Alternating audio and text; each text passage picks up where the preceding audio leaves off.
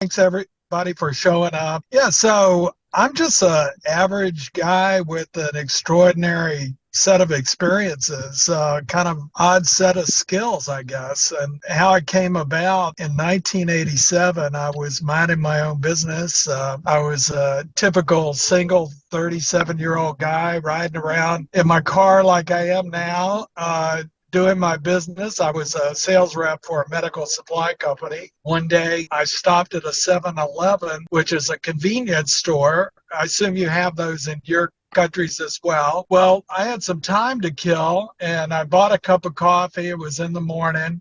I guess maybe 10 or 11 o'clock. And there was a bookstore beside the convenience store. And I went in and I was perusing around and I was looking for a magazine, but it wasn't that kind of bookstore. When I walked in, I smelled incense and soft music playing and what have you. So I looked around and there was a book on a table and it was called Cosmic Revelation. For whatever reason, I picked the book up, went up and bought it, and I took it with me to lunch that day in the food park of a mall.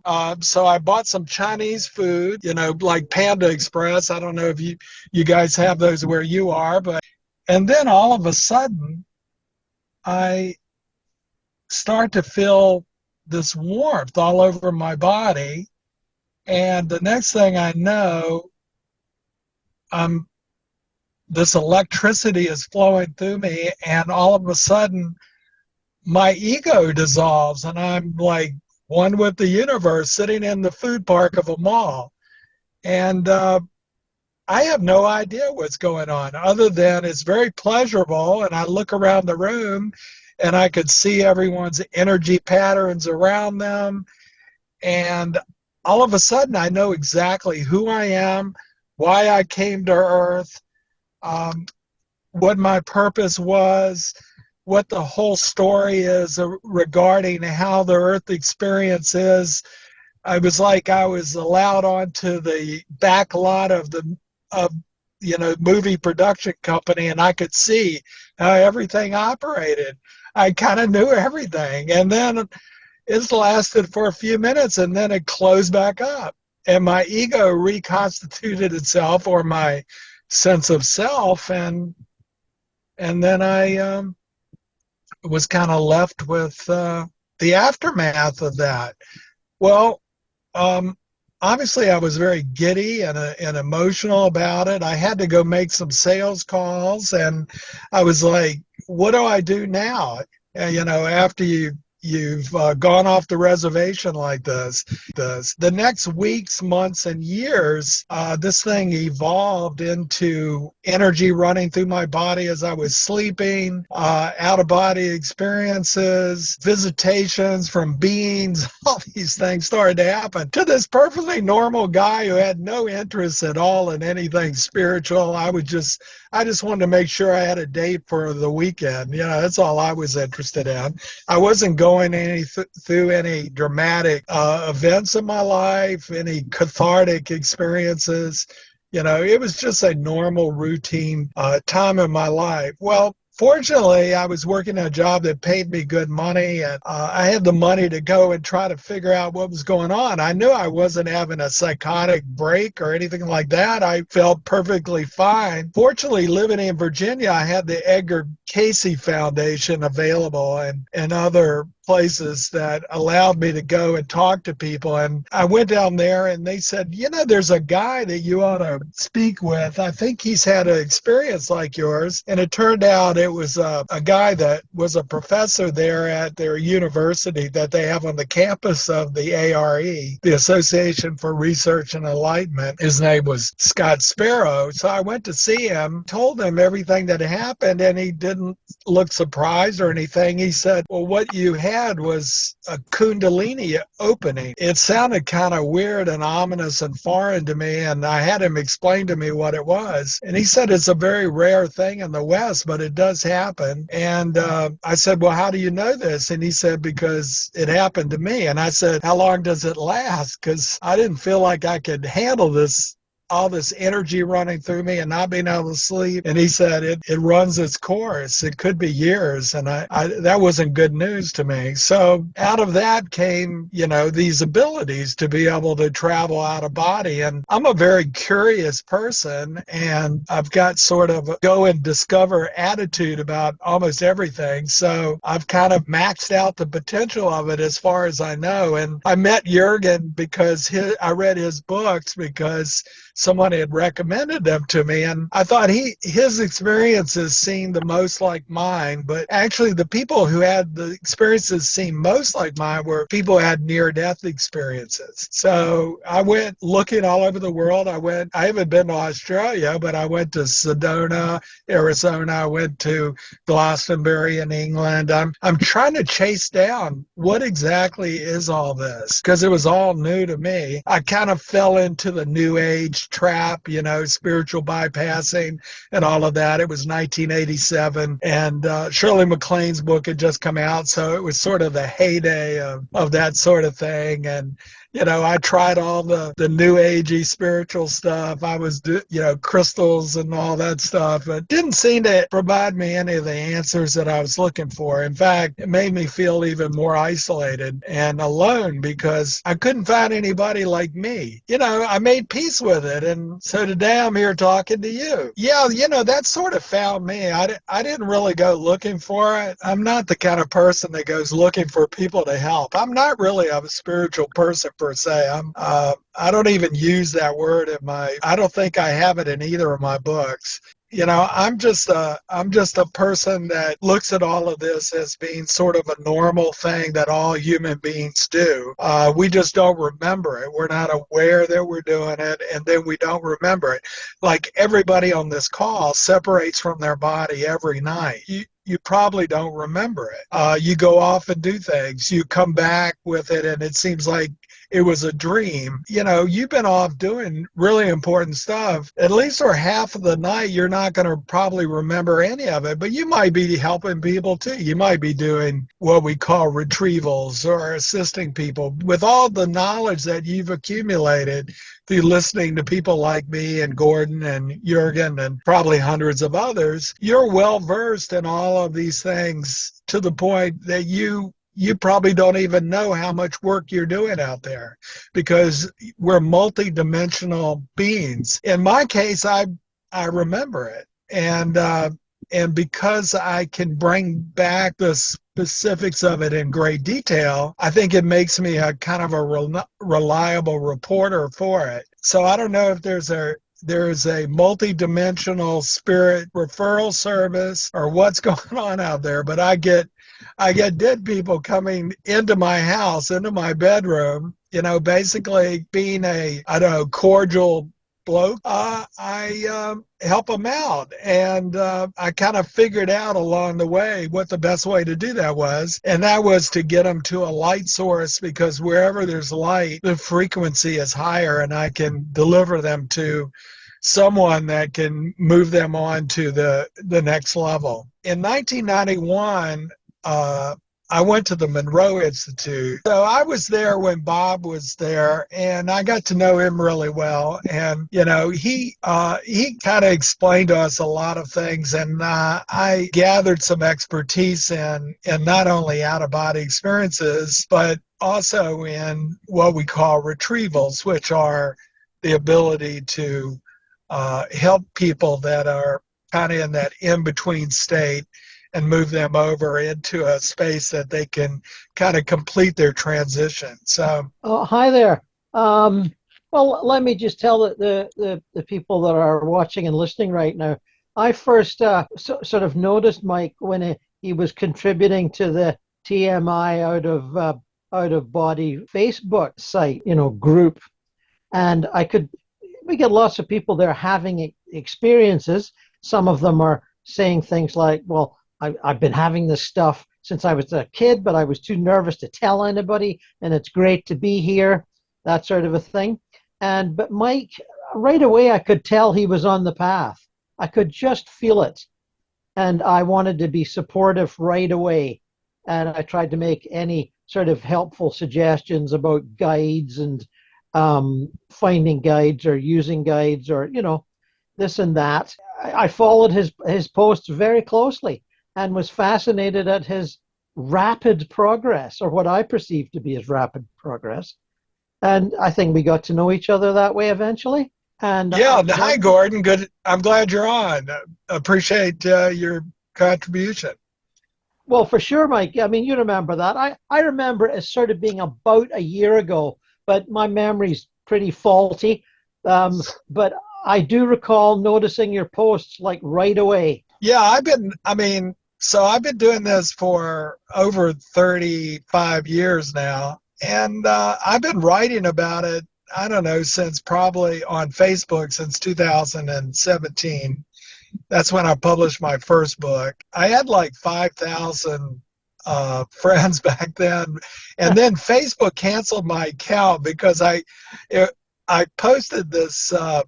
I guess it was right as COVID was happening, and I posted some. It was a meme that someone else had posted. I thought it was funny, and it was about people not wearing their mask and ignoring a pandemic, which I thought was kind of silly.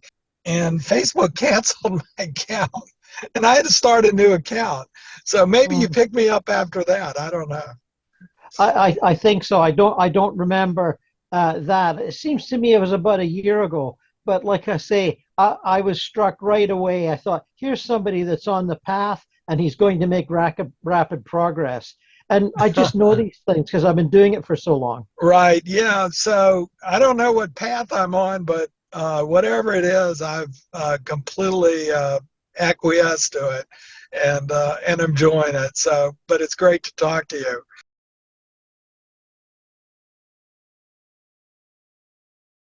Of these retrievals that I've done, but I've done many, many more. But the only ones I put in the book were ones that I thought would be particularly interesting because a lot of them are kind of mundane. There's Mm. not much there's not much of interest beyond just the fact that uh, it's pretty much by road. I just take them somewhere and drop them off. But in the cases where I had some interactions with guides, or the guides did interesting things, like you know, I noticed that they would show up in different garb, and I asked them about that, and and it's all to make the person feel more comfortable. So I found that interesting. I think I have 5 or 6 examples of that in the book where they've done that. One where I was helping a child, uh, the guide actually showed up dressed like Superman. He came down and even landed like Superman, and the kid got all excited about it, and he flew him off, and I thought that was really cool. So yeah, I mean, I've thought a lot about that, and that it is disconcerting, and I didn't put many of them in the book because frankly I've only probably had a handful of them, so I think it's kind of a rare thing. But the ones that I did put in the book are uh, uh, there's a high degree of certainty about the situation. So I have a friend of mine who wrote a book, and her son had died, and she found it very I'll use your word, disconcerting or troubling that this happens. I don't know exactly why it happens, but I mean, they're people, and if they die and they don't know they've died, and uh, they don't know exactly what to do, then they're going to kind of end up in the same situation as an adult. But the difference, I think, in how they get themselves out of it better than an adult would is that they don't have a lot of hardened beliefs about how the world works. They don't have regrets. They don't have addictions. They don't have a lot of the things that cause people to want to stick around. So, and they have a highly developed sense of curiosity. So if you are a child, you're going to be going and checking out things that you see. Now, all heaven and earth, will be trying to help that child, and people like me are recruited to do that. And the reason is because they can see us better. Just like we can't see ghosts and we can't see spirits and we can't see our guides generally, there are some people that have that ability, but for the most part, we can't because they're at a much finer vibrational frequency. So that's why people who are here on earth have to help those who are recruited to help those who cross over because they can see us better. Our frequency is closer. We're denser than they are, so they can actually see us. When I get them to a higher frequency, which is where, any light source will do. I mean, sometimes it's, it manifests as a street light or a candle or any light in a window. If I can get them over to that, then the frequency is raised enough that the guide can now be seen by them, and then I just kind of hand them off. Sometimes I will get them up to a place that I call a way station, and that's a whole nother thing. But generally, I would say most of them, I just try to find a light source. And as soon as I do, I ask for a guide and I ask, I give the person's name. Now, I will ask them questions and try to understand a little bit about who they are, build a rapport. I would say 80 percentile are happy to get out of their circumstances, and about 20%, are a little concerned about moving on for reasons I describe in the book, which have to do with, they might have fear about, the religious afterlife that they've been told about, and maybe they don't feel worthy, or they have regrets, or they have attachments, or they don't even believe in an afterlife. All these things come into play as to why a person will leave. But with a child, generally, it's just that they don't know they've died. Yeah, I mean, that's my experience. Now, keep in mind that I'm just giving you my opinions, okay?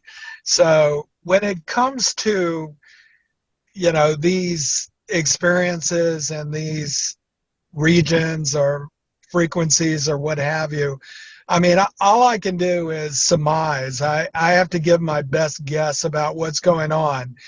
And, after hundreds, even thousands of visits across, I start to see some consistency in things. So I just offer my opinions, but my experiences tell me that,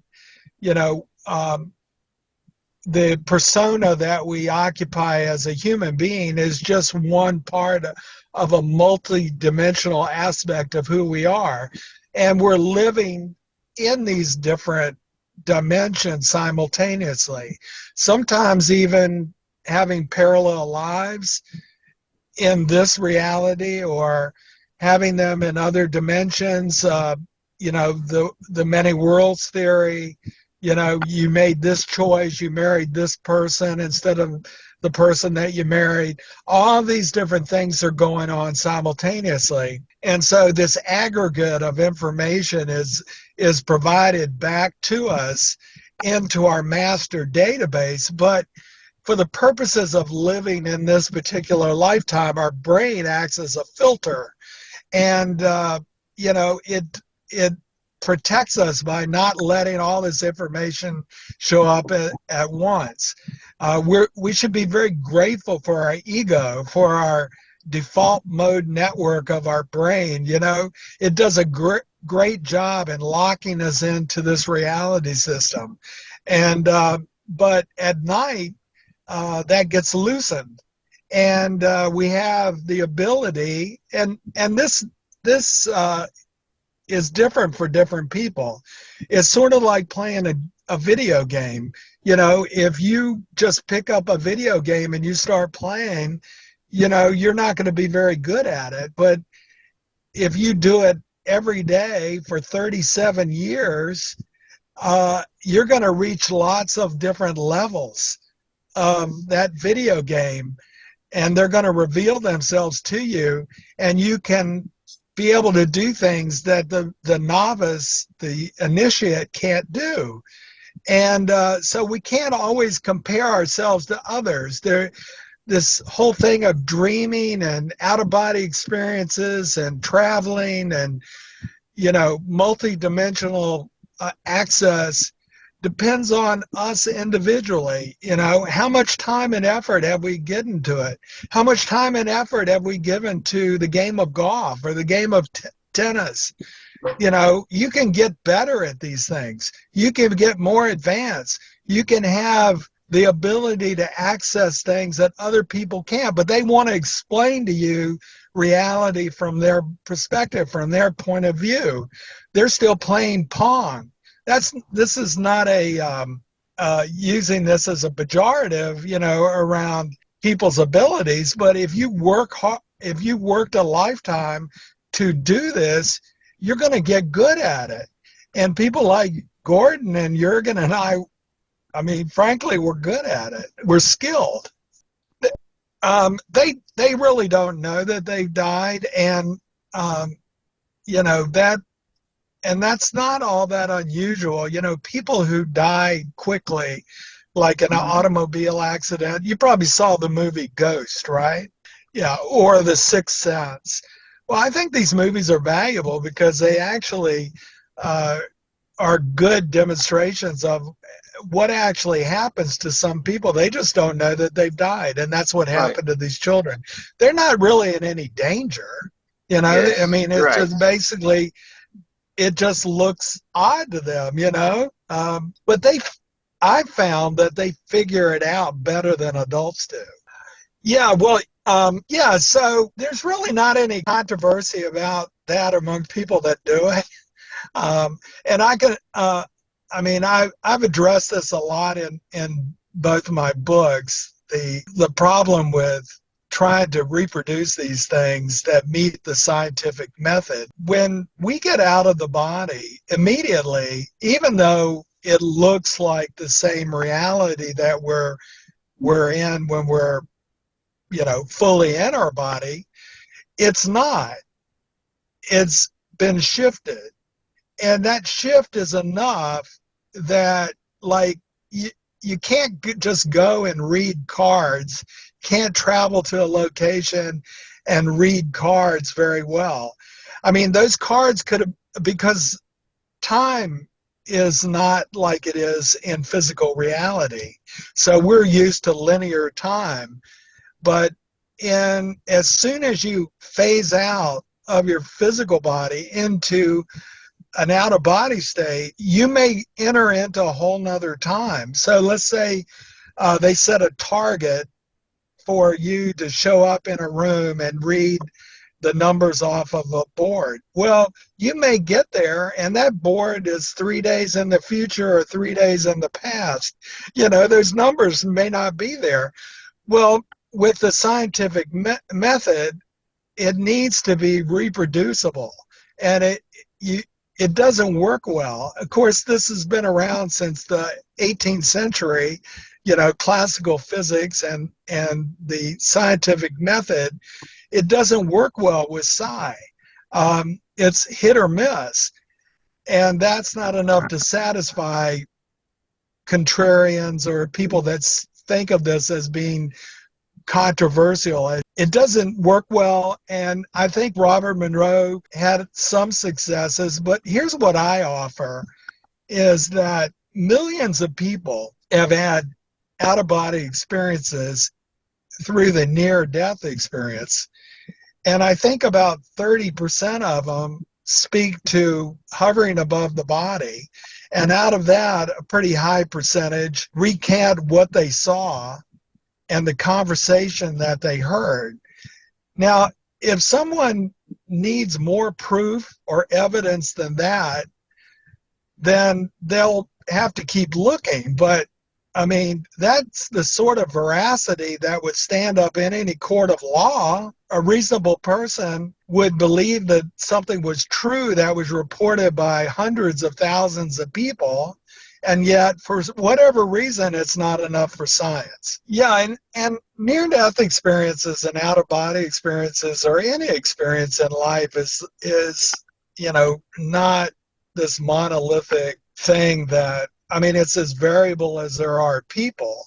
So some people have more expansive experiences, as you speak of, and some people don't. For the most part, my experience is, and I go to this place quite a bit, is this beautiful sort of park setting, a landing area. It's sort of a state of grace that happens to people who have near death experiences. Near death experiences are never, in my opinion, accidents. They're part of the evolution of that particular individual. Things are kind of planned out better than the person might suspect. But when they get there, they sort of report things generally that it's a beautiful setting. There might be buildings or there might be fields. And then there are these experiences that you're describing that I haven't talked to those people, but I've read about them, where they meet beings of light and they go to these vistas that are non-physical. And like Jurgen goes to places like that. You know, it really has to do with your frequency. So when you die or even have an out-of-body experience or you have a near-death experience, you have sort of a signal or a passport. And you can't really go beyond that signal or passport. For me, I can only go so far. Jurgen goes to places I don't go to. Uh, and I can't even relate to them. And I think he has a difficult time explaining them sometimes because they're ineffable. There aren't words to describe them. Most of the places I go, you can at least describe. To answer your question, we have this frequency, this homing signal, and this homing signal kind of determines where we're going to end up after we die. Now, we may go to this landing area and we get some classes. They kind of tell us, you know, how things work, you know, get the lay of the land. But ultimately, we end up we have some choices to make, and we might end up reincarnating out of that space. We might stay there for a while. There's no time, so you know, I use the word loosely for a while, or we may not acclimate very well and we go into consensus realities, and because we're more comfortable with that. You know, we have free will. We make choices, and that's why I wrote the book, because I wanted people to start thinking about these things before they cross over. You know, what kind of places would you like to go? You know, are you interested in reincarnating? You know, you might think you're not, but you might have more information, a different perspective of things. And then there's something that I found that guides help me understand, plus my own father. There's something that I call the second death. And this is when you drop your persona, the lifetime that you just lived. And it's kind of a big deal. And I attended my own father's dropping, or his second death. And I felt very honored to be able to do that. So I don't know. I'm just kind of going off in different directions. I hope this kind of answers some of your questions.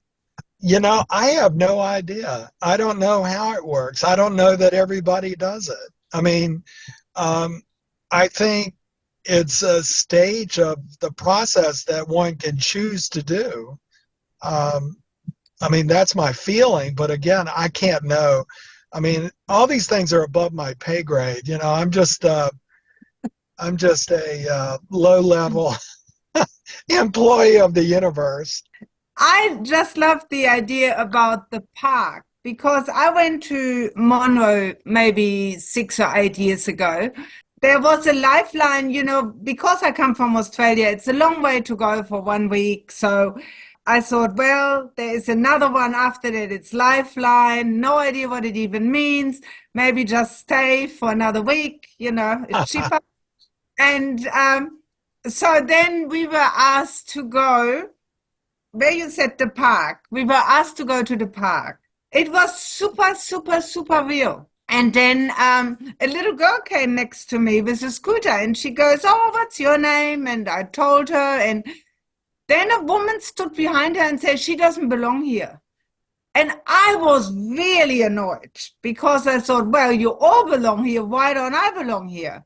And in that moment, Monroe said, come back to level 1. And I go, oh, shit, yeah, I don't belong here. So I found myself back in my bed and wrote it all down. But the interesting thing for me was because I thought, now I must have imagined this. You know, that was very real, but I was probably dreaming or anything like that. And I walked in the hall and I was the last as usual. So these 2 ladies in the room go to me, oh, Inga, how did you like the park? I go, why are you asking me? And they go, well, you went to the park. I go, well, I had a dream about a park. And they go, no, we actually saw you. So they explained everything. That was mind-shattering for me.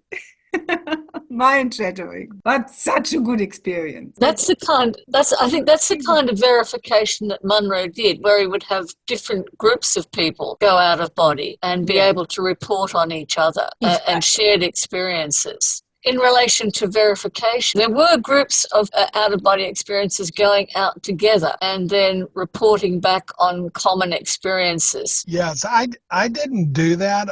When I went to Monroe Institute, I didn't have any out-of-body experiences when I was there. I was a poor student. Oh, yes, many times. And I've been to them myself, and you can do the same thing. They're available to living people as well. You know, your etheric body contains all of the genetic information, and I mean, you can work with the etheric body or even the astral body and do healing on that, and it translates into the physical body, is my understanding. And so I've had a lot of work done on me in these health centers, rehab centers, and things on the astral plane. They're available to anybody. You can just walk in and ask. You just walk in, ask for some healing, and you get it. You can do it through your dreams. You know, people look at dreams as sort of the step down from out-of-body experiences. It's all part of the same territory. It's all the same thing. We call it by different names. But, you know, when you're dreaming, you've separated from your body. You're in REM sleep, etheric or astral body. And if you have the volition, that's when you take off, and people talk about having flying dreams and things like that. You know, it's all available to everyone. I mean, those of us that do it, we're not special. Every person, every dog, you know, every mammal at least separates from their body. They astral travel. I took my dog with me all the time. It's not as mysterious as people make it. I mean, if you close your eyes right now, everybody on this call, close your eyes right now. Now turn your head slightly so that you have a different scene than what you were looking at. Now open your eyes. That's what death feels like. It's that simple a transition. Every night you die, you leave this world and you come back, and you call it waking up in your bed. And that's what it will feel like when you die.